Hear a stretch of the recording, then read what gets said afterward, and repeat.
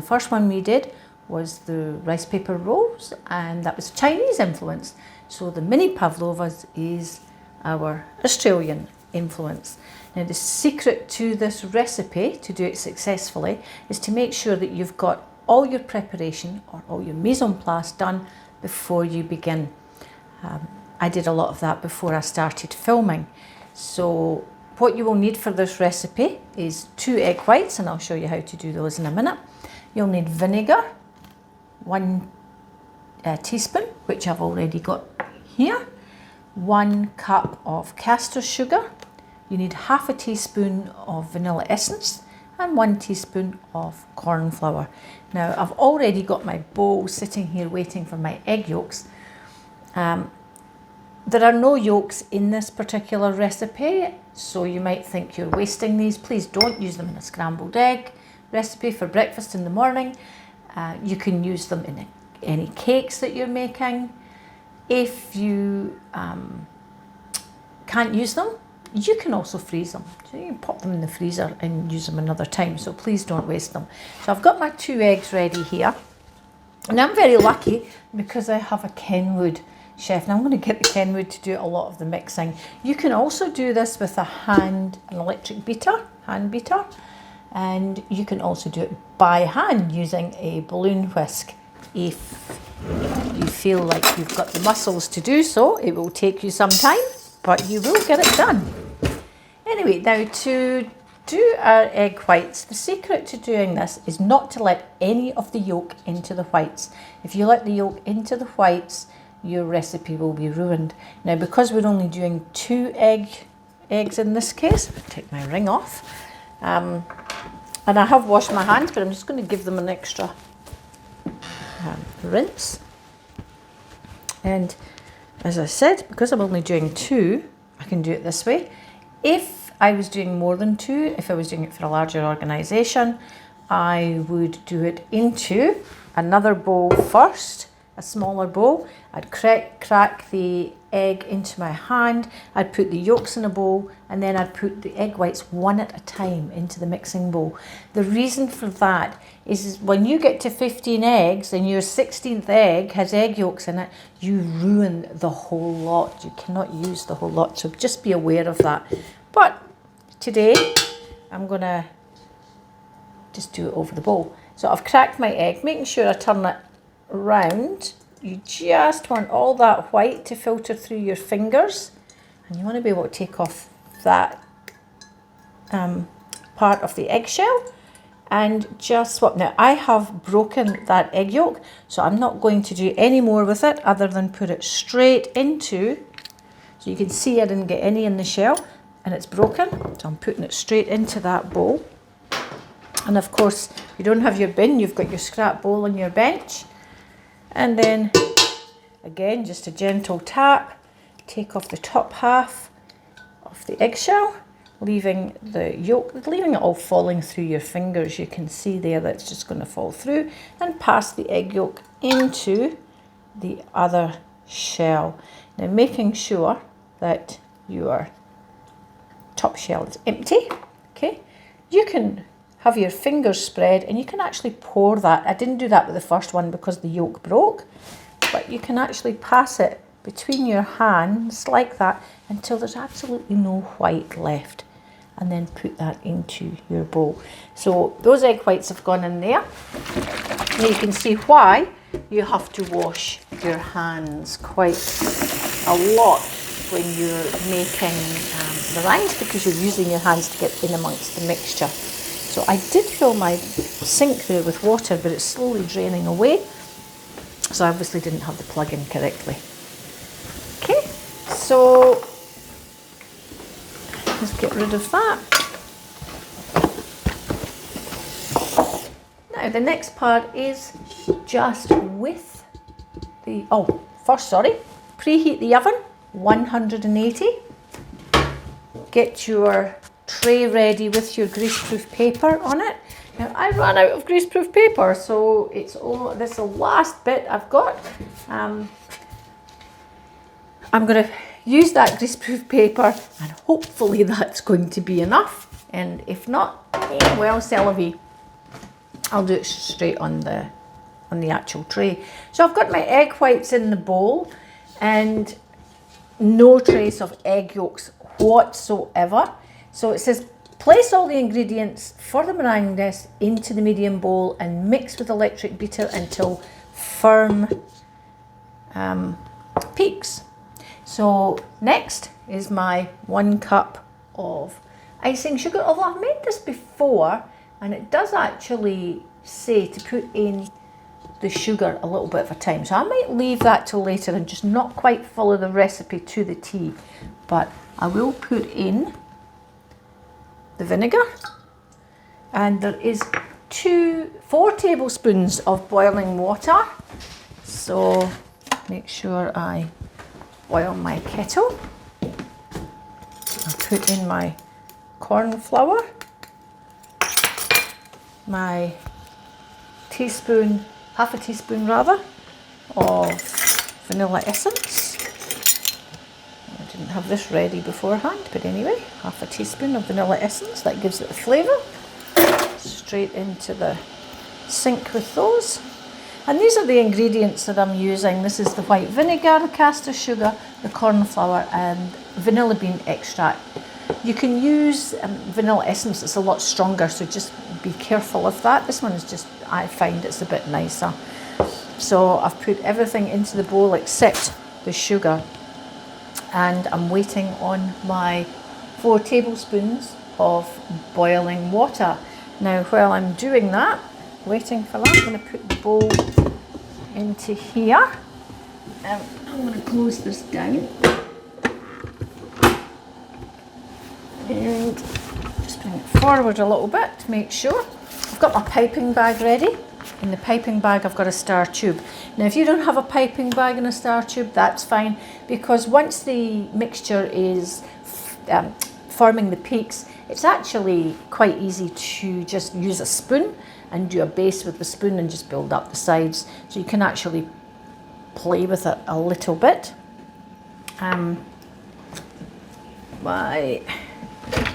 Another jug out for my boiling water, and it was 4 tablespoons. Wash my measuring spoons, and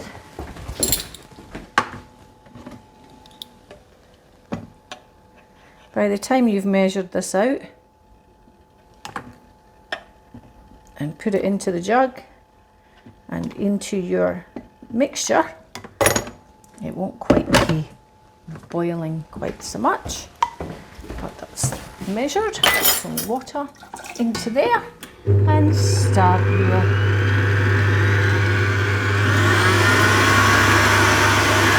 mixer. Now that's going to get quite loud, so as it's mixing, just slowly pouring in the caster sugar. Make sure you don't put your hands anywhere near the moving parts. If you don't have this mixer and you've just got a handheld one, make sure that the bowl you use is on a tea towel or a non-slip mat, so the bowl doesn't move as you are mixing. Now, while that's going, and that will take some time, just keep an eye on it. I will stop the video and come back in a second.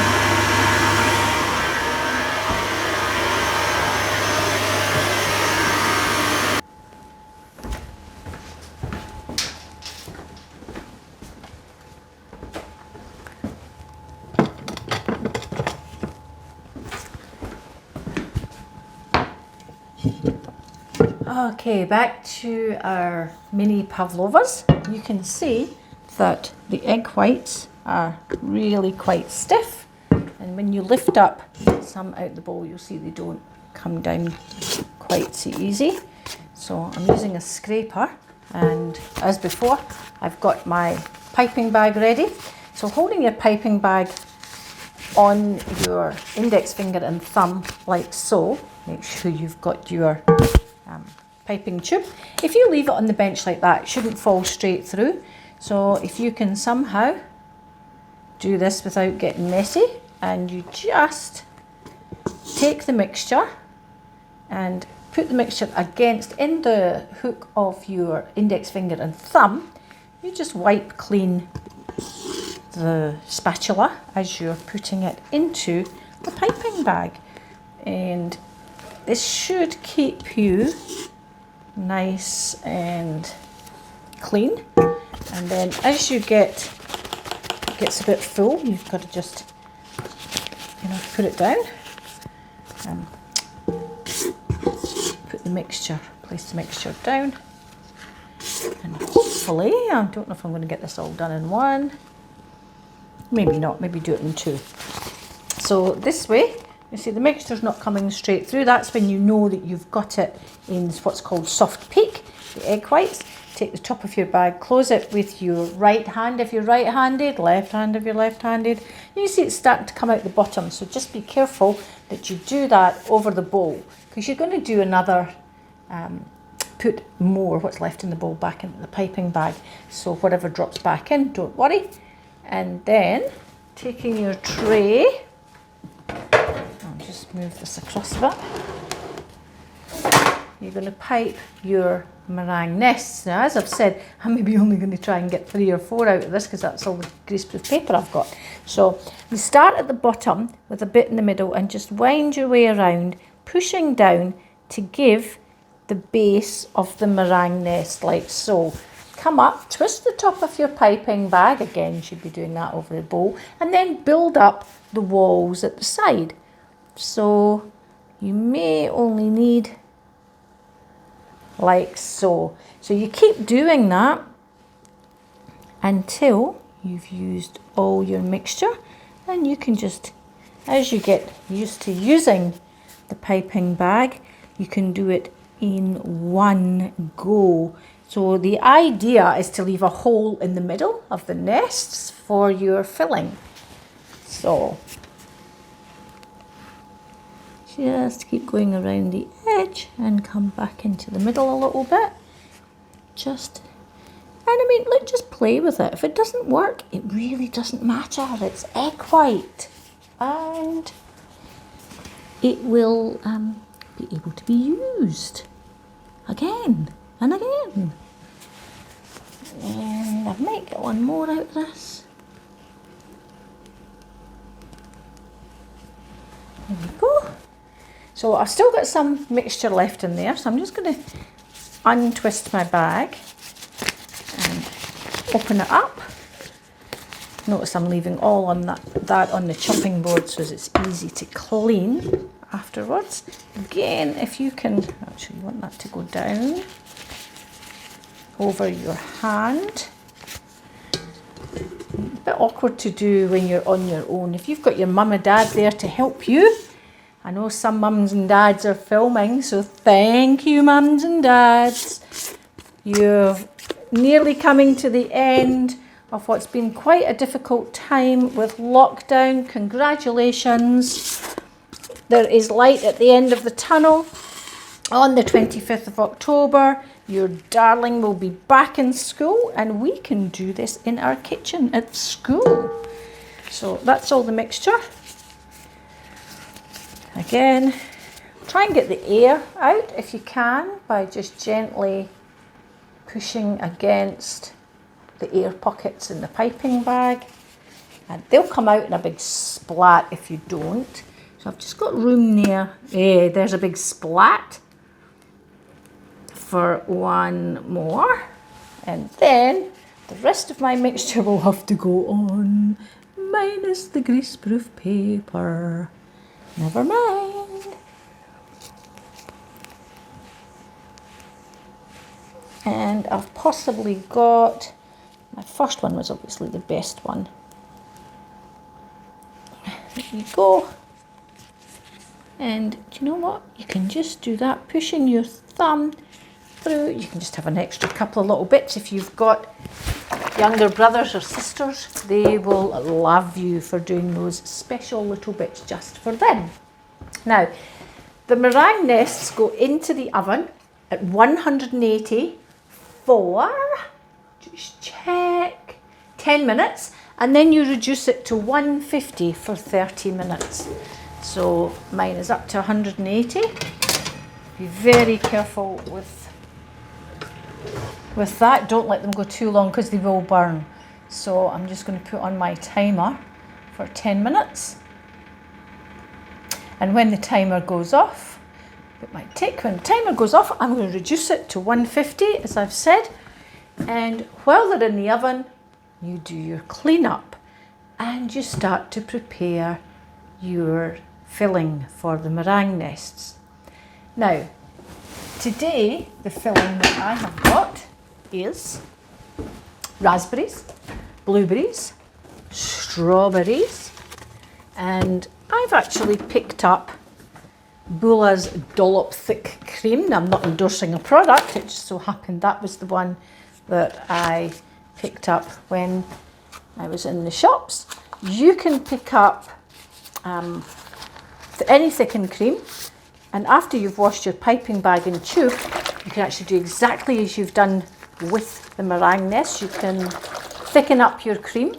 You can add sugar to your cream if you like, not too much, a bit of vanilla essence, that's what's known as creme chantilly, and you can put that in the middle of your meringue nests. You can fill the middle of your meringue nests with any fruit, and in the recipe it says banana, strawberries and passion fruit, but I'm actually using raspberries, blueberries, strawberries, and I do have some fresh passion fruit to go on top with the cream. So I'll come back once they are cooked and show you how that's done.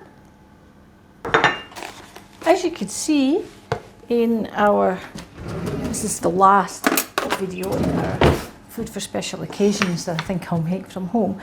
The meringue nests that I made earlier on have just gone slightly brown, which is fine, and they are supposed to be left in the oven to dry out. So I've got the oven door open and the oven is switched off. I could close it, but the oven's still just a little bit too hot. So I'm just going to leave them in there to dry out. When the oven finally cools down and you can hear the fan going, I will just close the door and leave them probably even overnight if you wanted to. Anyway, back to our meringue nest. So as you can see, the meringue nest turned out really nice. I wouldn't put any more cream in it than that. And you can decorate these any way you want. So I'm just going to decorate with, as I said, raspberries, blueberries, and possibly strawberries. So I'm going to take a really nice strawberry, give it a bit of a wash, take my knife and do what's called a fan. So without cutting right through to the green part, just cutting the strawberry in nice slices. I can fan the strawberry out for garnish on the side of the plate. I can take a few blueberries and a few raspberries, remember washing them, and just arrange them onto your meringue nest. Now, garnishing is very, very important. I always like to garnish my food. So in this case, just some mint. So there you go, year 9. Oh, forgot my passion fruit. So just before the mint goes on, just put some passion fruit onto the meringue nest. Half a passion fruit, and then, wow, look at that. Beautiful. So that's our mini Pavlovas, or meringue nests, which are an Australian dessert dish.